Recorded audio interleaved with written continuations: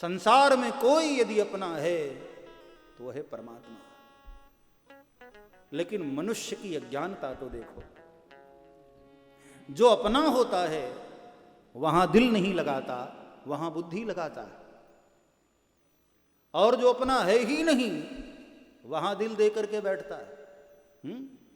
संसार अपना नहीं है, वहां बुद्धि लगाओ, वहां विचार करो कि जिसको हमसे पहले लोगों ने अपना माना, क्या वो उनके थे?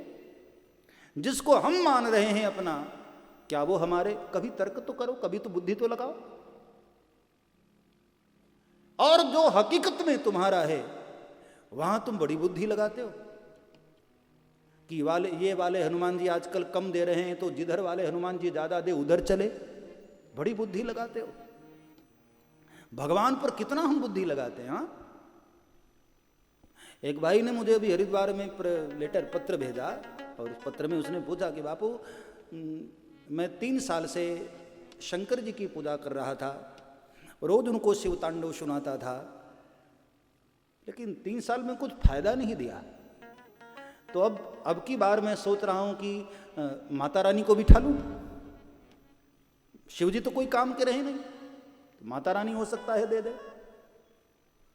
क्या बुद्धि लगाते हैं हम भगवान पर भी। हाँ, क्या तर्क वितर्क करते।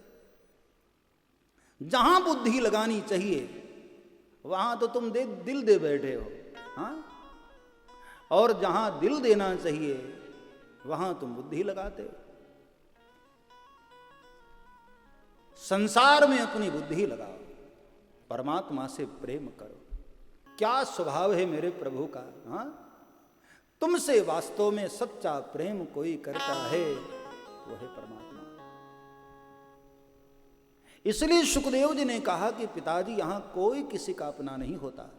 कौन किसका पिता, कौन किसका पुत्र। मां के गर्भ में बालक आया तो मां का गर्भ एक माध्यम बना। पिता ने उंगली पकड़कर चलना सिखाया तो पिता एक माध्यम बना। हकीकत में वो था किसी और का, और बाद में कहीं और चला भी जाएगा। वो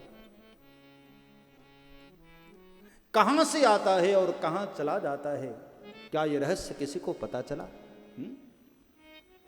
भाई हमारा था तो हमारे पास ही होना चाहिए ना हमेशा। लेकिन कई बार बालक मां के सामने भी मृत्यु को प्राप्त हो जाता है।